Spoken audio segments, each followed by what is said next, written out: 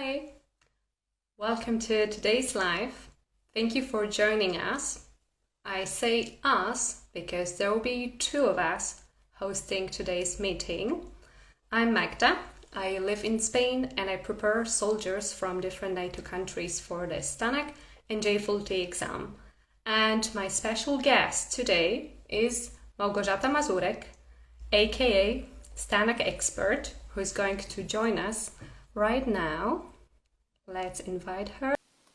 Hello. Hello. Great to see you. How are you doing? Yeah, I'm doing good. Well, the week is busy, so. Yeah, it always is. Today we're going to talk about most commonly asked questions. So Małgosia, what is number one questions that your students or your audience asks you? There are three, I would say. Number one is always about materials. Yeah. Where can I find the materials to prepare for STANAG 6001 exam? Yeah, same for me. Yeah, and the question is tricky because the answer is like nowhere. That's the thing, exactly. So when you start to get into the topic, you discover, okay, where are the materials? Because we are used to being overloaded with materials. Like for the Cambridge exam, there are tens of books to prepare for the Cambridge exam. But when it comes to the STANAG exam, you're left with almost no resources, and students might feel really lost and they don't know what to do about it. Exactly, and I can relate to that, to that feeling, because this is exactly how I felt when I became the STANAG teacher. Yeah. And I was faced with a group of students preparing for the STANAG exam, and I asked my senior colleagues, where do I find the materials? And they said, nowhere. you have to create them. Yeah, exactly. Yeah, you're on your own. Yeah, you have to create them yourself. So yeah, I think my story is quite similar. I was okay, so how do I get started? Where are the books? What should I use? And my boss told me, well, no, there are no books. You're on your own. And I was how come? How is that even possible? So I feel you. But that's also the reason why we started creating materials for our students, simply because of the shortage of materials. Exactly. Exactly. That's how my book came to life. And because of the book, the blog came to life, and now it's developing steadily, I would say. But that was the idea behind the book, that I didn't have materials I could use, and my students didn't have materials they could use, and my fellow teachers, at the academy, they didn't have materials they could use. So I thought, okay, I keep preparing those for my lessons. Why not publish it? Yeah. So by trial and error, and then accumulating all of these materials, this is how your book was born, right? Yeah, exactly. And so far, I think it's the only paper publication that focuses specifically on the STANAG exam, not on military English in general, but on the STANAG exam. Am I right? I think so, yes. Yeah. Unfortunately. In the paper version, yeah. Yeah. Unfortunately, it would be great if there were more. Yeah, I hope so. And yeah, we're working on that. Yeah, we're trying to change that and to give you guys the possibility to study with the properly tailored materials for the STANAG exam. So materials is number one question. So when you get asked, where can I find materials to prepare for the STANAG exam? What would you say? Where would you send this person? Well, that's the problem. The only reliable place I could actually send them to is my website. Okay. Yeah. STANAG expert blog. Yeah, STANAG expert blog, because this is where I share my experience. And when we are talking about materials in the form of books, because this is what people usually think about, there's no one place where I could send anybody. It's just you have to somehow invent the system for yourself to be able to prepare for STANAG. And this is actually what I recommend, because the second question people often ask me is about self-study. Can I prepare for STANAG on my own? And what do you think? Is it possible? Yeah, well, it is tricky. It depends on a few factors. And I would say factor number one is like, what is your general level of English? Because preparing to pass STANAG is a little bit different than just learning the language. That's why like my blog is all about how to pass the exam, not how to learn English to get to the level when you can pass STANAG. So what do you mean by that? Like that people should have some, that you pre-qualify students before they join your courses, right? If they actually have a suitable general English level, right? Kind of, yes. I just recommend that before they think of preparing for STANAG exam, they should have a general level of English, like at the right level. Like for let's say level 3, it should be B2 or B2 plus, more or less. General English, although I know that it's controversial to compare those STANAG levels with European framework levels, but I'm talking about the general level of English necessary to be able to start preparing for STANAG English, let's say. Absolutely. And another thing is that actually the STANAG English is not actually so much military. It's not as much military as people think it is. Yeah, that's the thing, because I thought, like at the beginning, I thought, okay, so I just take the campaign book and I'm done, right? Like I just follow the campaign book and that's enough. But it's not enough. Campaign might be a nice reference point, and some parts of it can be really useful to use when we're working with students with some specific situations or some functional language. However, you cannot prepare for the STANAG exam relying only on the campaign book, unfortunately. Yeah, exactly. And this is the second factor that I would mention when talking about what you need to start preparing for STANAG. So the first one was your general level of English, and the second one is knowing the exam. Because at least in Poland, I don't know about Spain, but it probably is a little bit different. The exam format is very specific. Yeah. And from my experience, if you don't know the format, if you don't know the requirements, if you don't know the rules, it's very hard to pass it, even if you have the level of English. So getting familiar with the exam specifics, right? Like knowing perfectly what is expected from you. Yeah, because marking criteria are very specific, like very, very specific. It's like you do have to know what they want you to do, very specifically. Talking about self-studying, you said that there are like a few factors to consider whether it's possible for a person. Any other factors that you think that should be taken into consideration when a person is considering if they're able to do it on their own? Yeah, so it's like number one is self-study. Like number one was, as you said, as I said, the level of English. The second one is knowing the exam, and at this point, when you are sure that you know these things, you can do two things. Or you should maybe do two things simultaneously. Like start doing the tests that are the STANAG tests, or that resemble the STANAG tests, because some tasks, some other exams might resemble STANAG tasks, and it depends on the country as well. But also, I think what you should be doing is developing a language in a specific way. And what I mean is like developing your real English, not like, let's say, school learned language, but real language, because this is the language more authentic, right? Yeah, authentic. That is expected of you at least in level 3. Level 2, I would say it's more like you can do with school English in level 2, but in level 3, it's actually the real English that you need. And I think I wrote a blog post about it, like how to self-study for STANAG, meaning how to develop your language to like your natural language, your real English, and at the same time do tasks that can be useful for the exam. And yeah, and there's actually an ebook that you can get for free as well,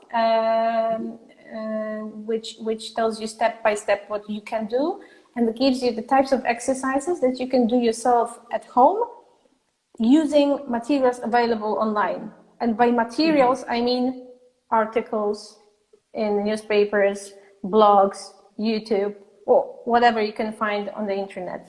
And then just, yeah. It's a great guidance. We're going to link it below. Like if you have the link on you, like we could add it in the comment so people can maybe click on it. I will see if I can do it right now. Oh yeah, I think I can. So here you go. Okay. Here we are sharing the link with the self-study ebook. If you want to join, this way people can also join your newsletter, right? Yeah, exactly. Okay. All right. Okay. So are these all of the factors that you would consider, like at the point of? I would say these are the main things. What about you? What are the most frequently asked questions that you get? It's actually very similar. I'm also asked about the materials, but when it comes to the materials, I'm asked about mock exams, because Poland is actually the only country out of all of the NATO countries that officially publishes the mock exams and the past exams. Other countries keep it secretive and like they don't share that. So very often students want to see a mock exam and to see exactly what is expected from them, and they cannot do that. For example, in Spain, where I work, they can access it like on the special platform that is available for them only, intranet, but it's not available for civilians like me to access. In Italy, students don't have any access to any mock exams, unfortunately. So they come to me like asking, like, please, like, can I have a look at some exams? But unfortunately, their exams look very different from the Polish exams. Just to make it clear, like the Polish exams are available at the Polish School of Polish. What is the name of this place? The Polish Armed Forces School of Languages. I think so. Yeah. They're the ones publishing the mock exams. So for the Polish students who are watching us, that's the place where you can find the STANAG mock exams, past exams. So it's a great reference point for you guys. And students from other countries are a bit disadvantaged when it comes to that, because they cannot find such a base of past exams. So I sometimes send them to visit this website to just give them an idea of what to expect, even if the exams differ between the countries and their exam is very different. So it's not really comparable. However, it just gives them a general idea of what to expect in terms of the language, like what kind of level of the language that they need. Exactly. So that's always something, like we'll make do like with whatever we have. So yeah, we're trying to deal with this situation, material situation. Right. And also, I'm also asked like how to prepare for the exam that a person is studying on their own, and they want some guidance. I would say that it is possible for some people to do that. Everything depends on the input that the person has, how much the person is surrounded with English in their daily life, how much contact with the language they have in their daily life, because maybe they have colleagues from other countries, they communicate on a daily basis in English, and that's much easier for those people who are like in the daily contact with the language. Although like speaking with your colleagues does not equal the passing the exam. Like there are a lot of things that come into that.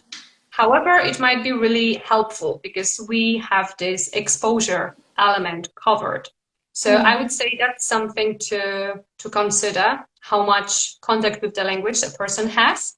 I think that when it comes to productive skills, it's really helpful to have someone guiding the person in the exam preparation, getting feedback. I think feedback helps us to actually know like if we're going in the right direction, and because sometimes we think that we're doing great, I'm doing great, I'm preparing on my own, but we actually don't know what we don't know.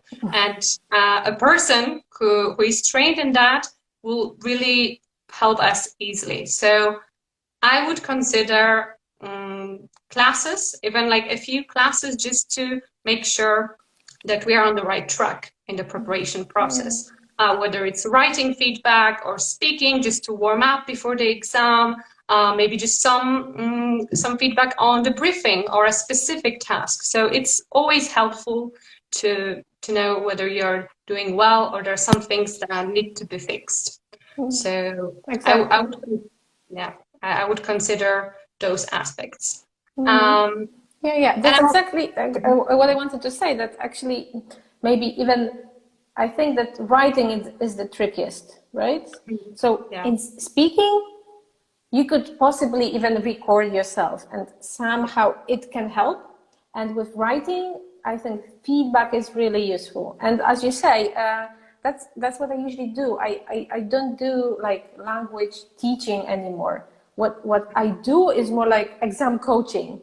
It's like showing what you can improve to do well in the exam. So, and it's usually like a few meetings. I don't need to meet with a person for half a year. I just usually need, I don't know, 5 meetings. Yeah, and teaching some exam strategies, right? Yeah. Like to dealing with some specific exam situations as well. Exactly. Like or sometimes identifying some repeating mistakes that someone makes. And if you point to them that, look, this is what you're doing, and say, aha, and then it's easy to get rid of that. Those aha moments that all of us want to see our students experiencing. That's something beautiful. Yeah. Okay, so I think because you said that there are 3 questions, for me, I think these two. These 2 are like top questions: materials and self-study. Is there any other question that you keep getting? The third one is about the feedback regarding writing. So that's the first question I get. Like, can I get feedback on my writing? Can you check my emails, letters, or reports, or whatever? And so this is number 3. And that's why I think that the writing is the trickiest, because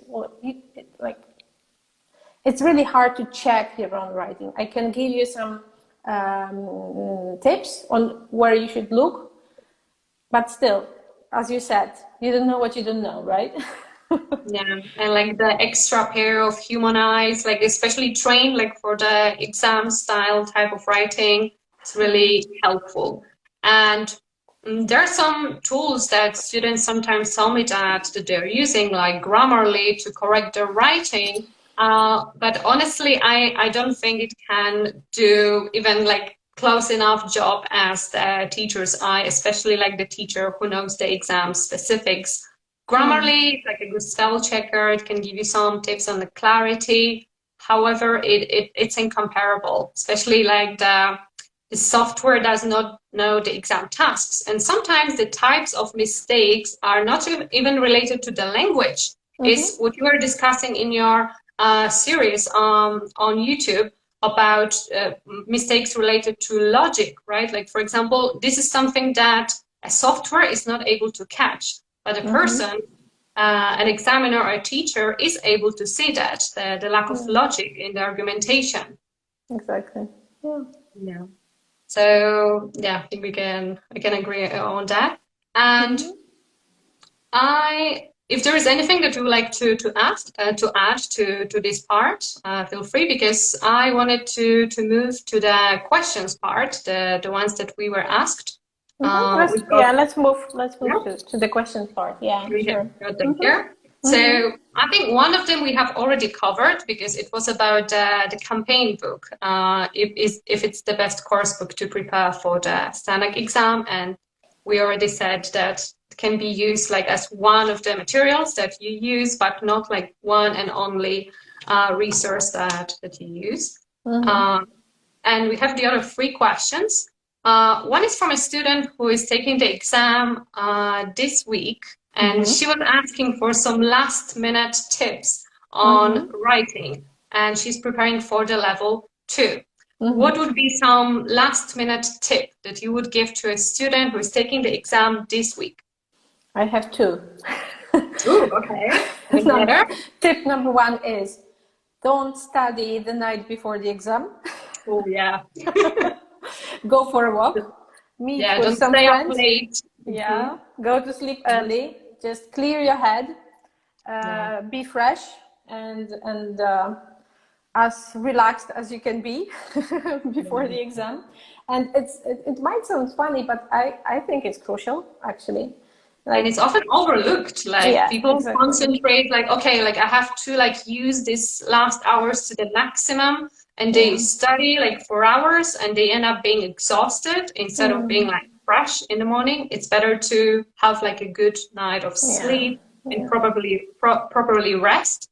And such basic things as having breakfast the day of the exam, not just going to the exam with an empty stomach. These are basic things that sometimes when we are stressed, we can't eat. But I would not recommend this strategy, to take the exam with an empty stomach is definitely not something that's going to do you any favor. Yeah, and the same about getting stressed just before the exam by talking to other people about what you should know. It's just before you enter the exam room, they've learned those expressions and I don't know that. Wow, what do I do now? So don't do it. You know what you know. You can't change it in the last moment. You never know what happens in the exam, what topics you get. So that's number 1. And number 2 would be warming up before the exam. I mean, tuning in to English somehow, tuning in your brain into thinking in English, by listening to something in English on your way to the exam, or even talking with somebody in English. Even talking to yourself would do. I think when you're driving, right? It's great. When you wake up in the morning, right? Just start, as you say, tuning in, start your day in English, so it will be natural. Also, when you're talking to someone just before entering the exam room and you're speaking in your native language and then you have to switch, this might be a challenge, to switch. Well, it takes time. It takes time and effort. So save yourself that and just come to the exam room already tuned in. So you will be it's like a warm-up before exercise. That's actually a great tip, very practical, right? And something that we often forget about or overlook. So that's a really good piece of advice. And that's the best you can do. So don't look for materials now. Right now, it's too late. Basically, the best you can do is to prepare yourself mentally and warm up and all the stuff that I mentioned. Somebody's mentioning yoga in the comments. Yeah, that's a good idea as well. That's actually the student who's taking the exam this week. We're keeping our fingers crossed for you. Yeah, yoga is a good idea. Yeah, for sure. Never tried it, but I guess for some people it may help to relieve stress, like yoga or meditation. I know this great app that is called Headspace, and it's a guided meditation. So they're telling you what to do, what to think of, how to breathe. Simple things, but might be helpful as a stress reliever. Plus, if you set your language in the app into English, you have 2 in 1 again. Yeah, exactly. So these are our last minute tips for people who are taking the exam in a short time. And the other question was, what are the best grammar structures to use in the writing part? Interesting question. Yeah, and there are 2 sides of this question as well, I would say. Question like on the one hand, it's how you look at grammar in your writing. And what I would suggest is that you think about grammar as a tool for expressing what you want to say or write. And what I mean by that is that you should start thinking about what you want to say and what function you want to present or express in your writing, and only then think of what grammatical form can help you do this. Okay, and I think I have a blog post about it. I think it's called Grammar for STANAG Exams. So if you go to my website, which is stanagexpert.com, and you just write Grammar for STANAG Exams in the blog, in the blog search engine, then you will find it, and it shows you what functions which grammar form serves. And another thing is that what we usually need, especially in level 3, more than in level 2, I would say, is making a language as formal as possible.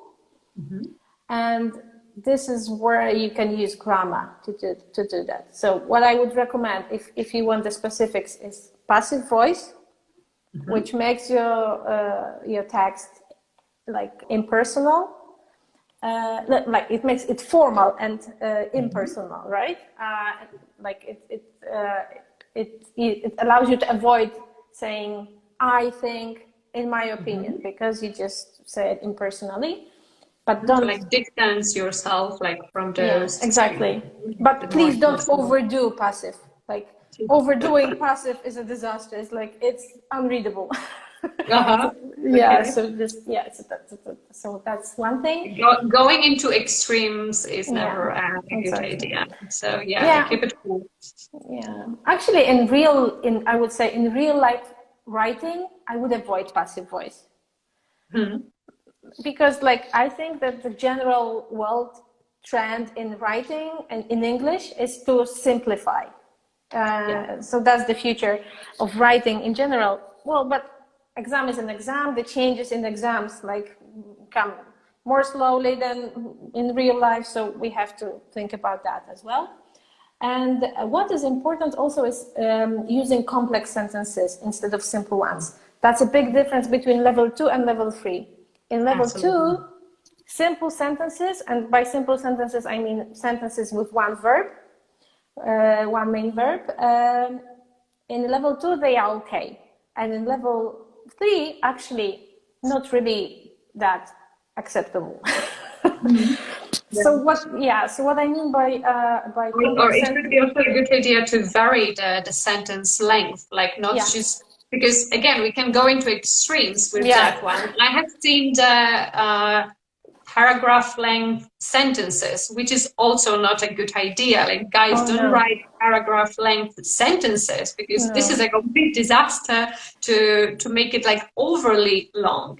So you need to find a sweet spot between too short, overly long. You can also mix it up a little bit, but as Małgosia said, like complex sentences doesn't mean overly long sentences. It's like a subordinate like sentence with a subordinate clause is enough. Like I think if it's logically organized and logically connected with the use of linking words with previous sentences or the following sentences, that it's enough to have just two clauses in one complex sentence. So what I mean by these, I would say relative clauses, or the sentences with subordinating conjunctions, and that's what you have to do to make your text logical, using all those due to, in contrast, therefore, those linking words allow you to make complex sentences, right? Don't worry if it all sounds Greek to you, like those names, like subordinate conjunctions. Don't worry, because these are actually very simple things. Like when you Google what is that specifically, you will discover that they have those mysterious names, but they're actually something very down to earth. So don't worry about it. If you learn how to use linking words, that's actually what you will be doing, creating complex sentences using those linking words. So just focus on linking words and you will do just fine. If you want to make it simpler. As people love like some little tricks, right? Like everybody wants like an easy trick, right? Like so, and looking for like what is like this one gold tip that you can give. And I was thinking that when it comes to grammar, I came up like with this one trick that I think it's for the level 3 because it's quite a complex piece of grammar. And it's when you use conditionals in your sentences, you can easily convert them into something even more advanced, which is inverted conditionals. Inverted conditionals are very formal, so they're going to fit perfectly with a lot of STANAG writing formats. They're more commonly used in writing rather than in speaking. In speaking, it might be a little bit too much, but for the writing part, instead of using just a general conditional, you can use an inverted conditional. And this is like a little trick that can make it more advanced. Yeah. So when you ask me, like, what is a trick? Like, this could be like a little trick to add to the writing part. Yeah, sounds good. It's like an extra little element that stands out, right, in your writing in comparison with others. For example, you could also use inversion to do it. Yeah, inversion is something that is rarely used. So it is actually something that can rarely used in students' writings. I mean, like I see it very rarely, so it actually stands out your writing, and that's also like a kind of thing that we want to achieve, right? Like we want to impress the examiners, we want to show a great command of language, so you know, it's always good to surprise them with something different. You know, they expect that it will be full of passive, but maybe they don't expect that we're going to use inversion or inverted conditional. So don't underestimate the surprise element that you can add to your writing, or like a cherry on cake. And you can easily do it, like you can plan it strategically. Okay, I will use one inversion sentence in my writing, and it will start with not only did something happen bad, and then you can use it in every text, actually, if you know the structure, right?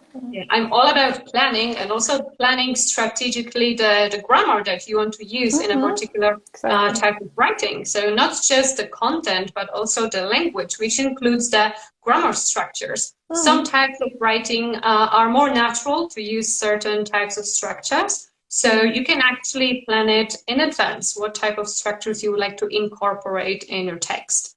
So definitely. That's also a tip that I would add, because to the previous question about last minute tips, don't underestimate the importance of planning and editing your writing. For sure, right? Yeah.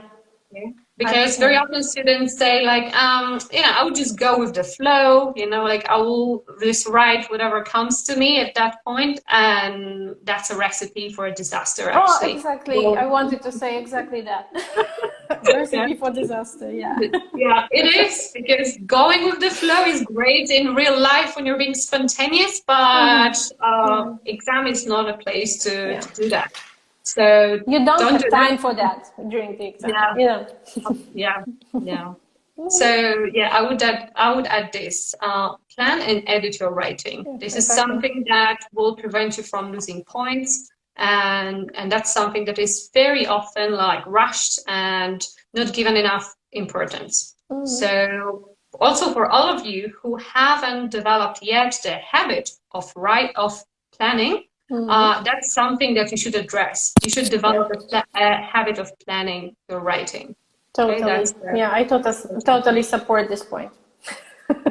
For sure. That's what we're actually doing in my workshop right now, preparing for level 3 writing, and this is the task that I gave to my students today. Just before you start writing, write a plan, and we'll talk about it live in our workshop, in our next workshop. So yeah, that's actually really very important point. Actually, asking students to send you like their plan is a really great technique to check like where might be some points that need to be fixed, because you're able to spot what is this person struggling with, and how is the person creating the ideas and connecting them. So you always, when you send your writing to your teacher, like you can always send the plan as well, because it helps the teacher to follow your thought process, and it's easier to spot certain types of mistakes in this way. So you're helping the teacher and practicing also yourself how to structure your writing. So yeah, don't underestimate planning. and editing. Exactly. So editing helps us to catch all of these little mistakes, typos, spelling mistakes, all of these things that may happen. And that's like a moment when you're able to save some points when you spot them. Exactly. Planning is the whole topic. We can talk about it like another time. Yeah, another time. I think it's like I can talk about it forever. Yeah, I feel you. Yeah, I feel that I'm so repetitive, telling my students all the time to plan, to plan, to plan. But there is a reason why we keep repeating that all the time. Yeah, well, people think it's extra effort, and actually, it's not. It's like it makes you write more effortlessly. Yeah, and it's a time saver. It actually saves you time in the long run, especially if you develop this habit. So yeah, I totally support that. Yeah. Okay, I here. Do we really need to count the words, or it doesn't matter so much? Okay, would you like to answer this one about counting words?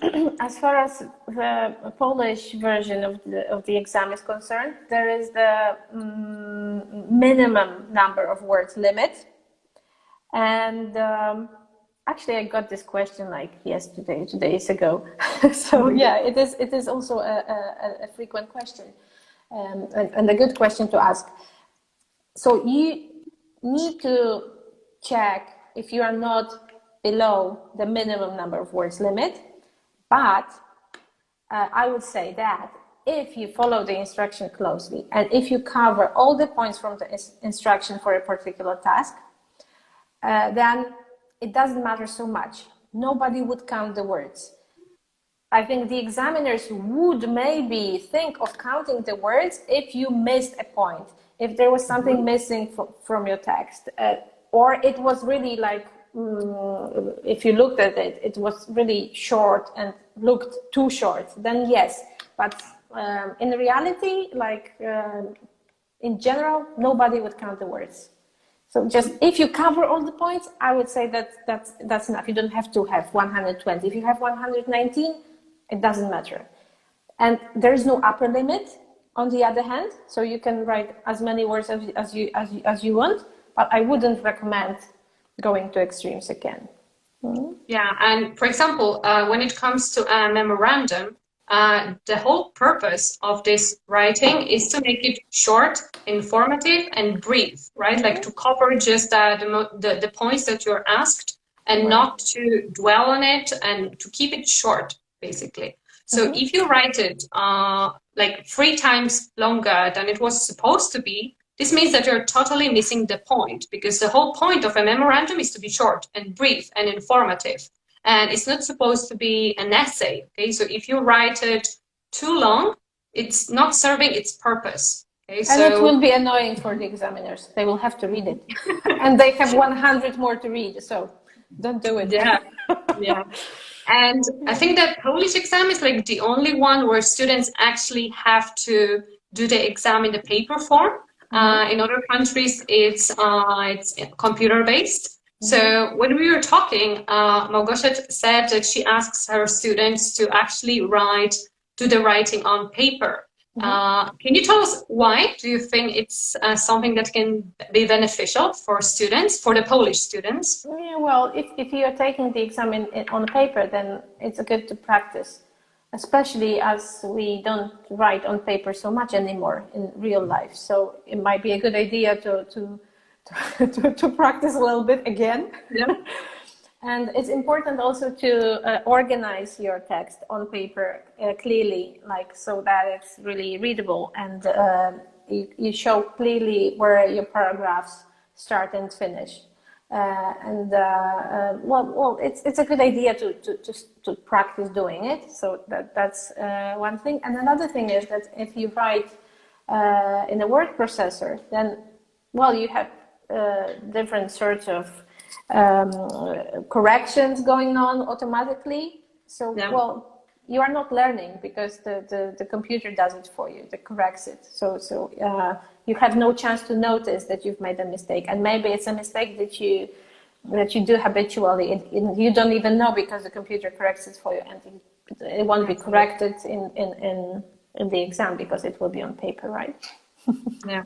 On the other hand, the students who take the computer-based exam, here it's really important to edit your writing because you might have made some mistakes like typos. Like the typos are the mistakes that we make writing on a keyboard. And normally you wouldn't make this kind of mistakes, but as it was done by typing, that's something that you should pay attention to when you're doing the computer-based exam. Exactly. Okay, so I think we have answered all the questions that have appeared here. We have true. That's why writing is the worst for me. Writing is very challenging. I would say it's. I agree with Małgosia that it's the most challenging skill out of all of the four. It's a skill.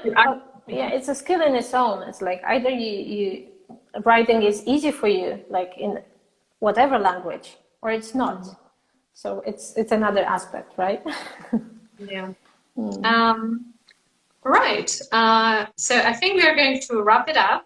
It was a great pleasure to host you here, to talk to you, to exchange those ideas. And yeah, I think we are going to do it again one day. Let us know, guys, if you would like to see us together more often, talking about the STANAG topics. Maybe we're going to do it as a series. Let's see. Let us know. Visit Małgosia's profile as well. She shares a lot of fantastic tips on how to prepare for the STANAG exam and her blog. There is a lot of information that you'll find there. So I highly recommend that when you're in the preparation process. Thank you. It was a pleasure to talk to you. I hope it's useful for you guys, that the tips were practical. Yeah, I think if you have any more questions, you can ask them in the comments, and we'll try to answer as well, right? Yeah, we're going to save this live, so you can, this is also for people who are not able to be present today at this time. So for those, all of you can rewatch it. And if you have any questions, you can always send us DMs, and sometimes we also leave these windows where you can drop your questions. So feel free to use them because we're doing it for you, to support you in the preparation process. Thank you for being here with us today. Thank you, Małgosia. Thank you, everyone. And wishing you a lovely day. Yeah, thank you. Bye. Bye.